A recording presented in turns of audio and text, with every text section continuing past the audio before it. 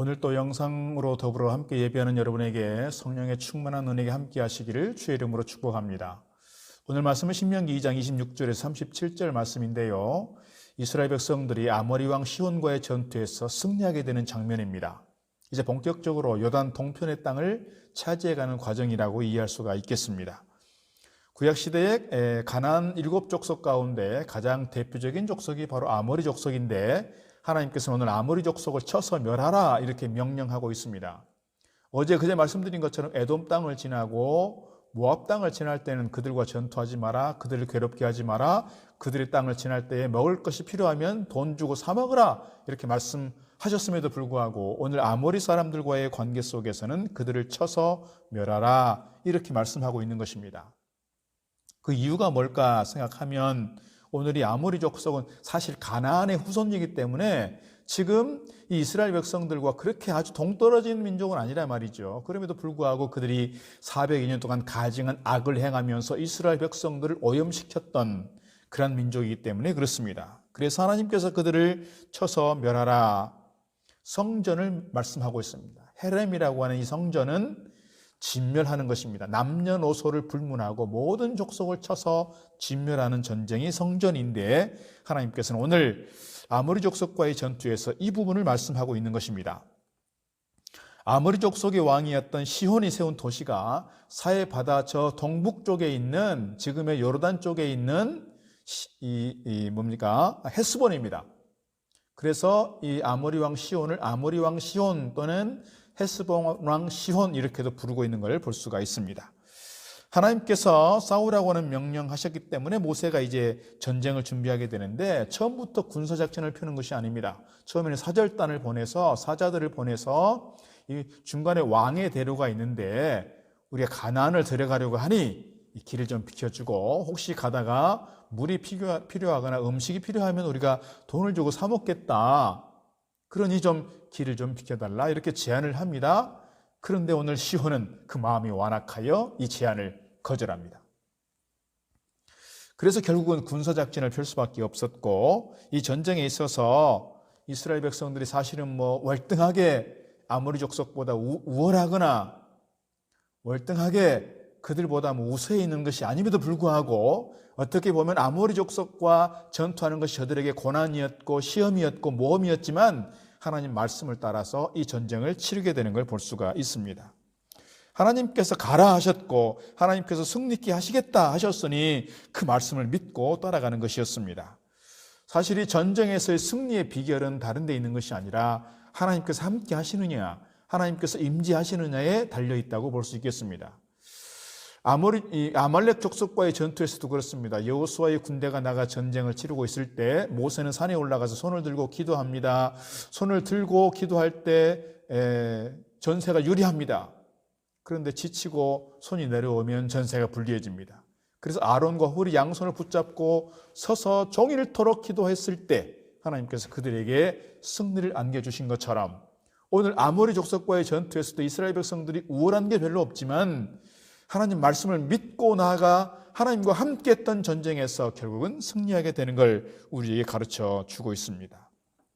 영적 전쟁에서 세상과의 전쟁에서 승리할 수 있는 것은 나의 힘과 나의 능력과 나의 경험과 나의 인맥 이거보다 훨씬 더 중요한 게 있다. 그게 뭐냐? 하나님께서 함께 하시느냐 하나님의 임재 여부에 달려있다 이렇게 말씀드릴 수가 있겠습니다.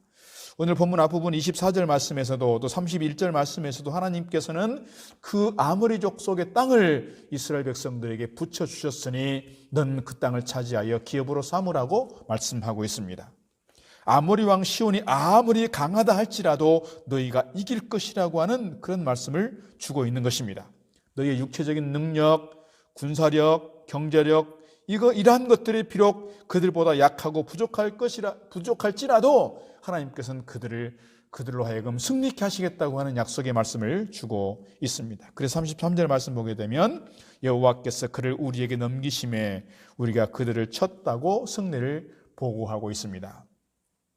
오늘 승리의 중요한 요인은 이스라엘 백성들이 하나님께 대한 전적인 믿음과 순종에 달려 있었다 이렇게 말씀드릴 수 있습니다. 38년 전에 이스라엘 백성들, 38년 전에 출애굽 1세대의 그 군사력이나 인구, 그리고 38년이 지난 지금의 이 상황에서의 인구와 군사력을 보면 차이가 없습니다. 거의 비슷합니다. 그런데 1세대 백성들에게는 중요한 것이 없었어요. 그게 뭐냐면 하나님 말씀을 제대로 믿지 않았습니다. 하나님의 명령에 순종하지 않았습니다. 믿음과 순종이 없었다는 거예요. 여러분, 하나님을 향한 신앙이라고 하는 점은 나이가 많다고 해서 꼭 좋은 것이 아니고 나이가 어리다고 해서 성숙하지 못하다 이렇게 판단할 수가 없는 것입니다. 믿음과 순종이 영적 전쟁의 승리 비결이고 축복의 비결이라는 것을 가르쳐주는 것이 오늘 신명기 사관이고 신명기 말씀인데, 오늘 우리가 믿음의 사람들로서 영적인 성숙한 사람들이고 영적으로 승리할 수 있는 사람들은 하나님께 대한 분명한 믿음과 말씀에 대한 순종이 있다, 이렇게 말씀드릴 수가 있겠습니다. 오늘 아까 말씀드린 것처럼 이스라엘 백성들에게 있어서 아모리 족속과의 전투는 그들이 맞닥뜨린 큰 위기요 고난일 수 있었고 모험일 수 있었을 것입니다. 그러나 이 과정이 하나님께서 함께 하셨고 하나님께서 약속하신 바 있으셨고 하나님께서 인도하셨으니 그들은 이 과정을 믿음으로 잘 감당하고 결국 승리의 결과를 얻은 것입니다. C.S. 루이스는 이렇게 말합니다. 고난은 하나님이 사랑하는 사람들을 위해 예비하신 변장된 축복입니다. 하나님의 은총의 도구입니다. 그렇습니다. 이 아모리 사람들과의 전투에서 어떻게 보면 이스라엘 백성들이 큰 모험이었고 위기일 수 있지만 하나님께서는 그 이후의 시간에 대해서, 그 이후에 대해서 예비해 놓으셨고 그 이후에 대해서 약속해 놓으셨고 그것들을 준비해 놓고 보장해 놓고 있었다 하는 말씀입니다.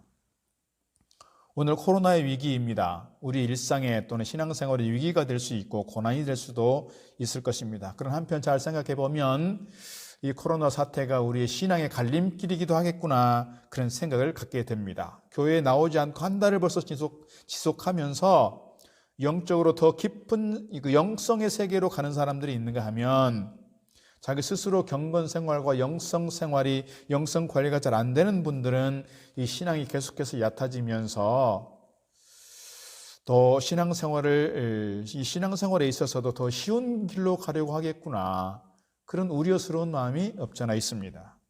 코로나의 위기 속에서도, 이 전쟁과의 같은 상황 속에서도 우리가 믿음으로 승리할 수 있는 것은 하나님 말씀에 대한 전적인 믿음과 신뢰 그리고 순종이라고 생각됩니다. 이러한 때일수록 더욱더 기도하면서 우리의 영성을 깊게 하고 우리를 향하신 말씀과 하나님의 메시지에 귀를 기울이면서 기도하는 가운데 늘 승리의 길을 달려가기를 주의 이름으로 축복합니다. 기도하겠습니다. 하나님 아버지, 오늘 또 하나님 선물로 주신 하루를 시작합니다. 하루하루의 삶이 영적 전쟁의 시간들임을 늘 기억하고 영적으로 깨어있는 믿음의 삶 살게 하시며 언제라도 나를 넘어지게 하는 마귀의 괴계에 넘어지지 않도록 저희들에게 영적 각성에 있게 하시고 하루하루 승리의 삶 살도록 인도하여 주시옵소서. 특별히 코로나19로 인하여 고통당하는 온 세계의 백성들을 주님 치료하여 주시고 그 가족과 특별히 희생자들의 유족들을 위로하여 주시며 코로나 퇴치를 위해서 애쓰고 수고하는 손길들을 주님께서 지켜주시고 결코 쓰러지지 않도록 힘과 능력을 허락하여 주시옵소서. 교회의 공예배가 속히 정상화되게 하시고 우리 온 성도들이 한자리에 모여 예배하며 찬양하며 사랑의 공동체를 세워갈 수 있도록 은총 내리워 주시옵소서. 오늘 하루의 삶을 주님께서 손잡아 주실 걸 믿사옵고 예수 그리스도 이름으로 기도드리옵나이다. 아멘.